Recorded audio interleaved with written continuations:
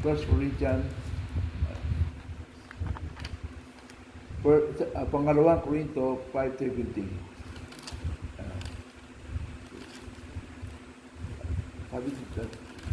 Sabi dito, 5:17.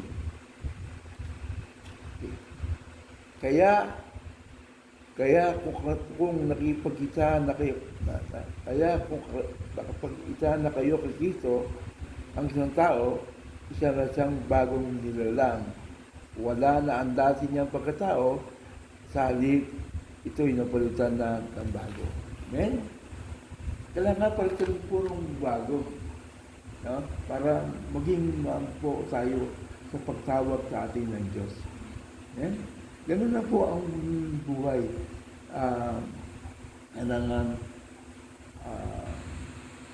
Kung gusto nating magamit ng Panginoon, kung gusto nating ang masaya ang Diyos, sundin natin ang mga salita niya.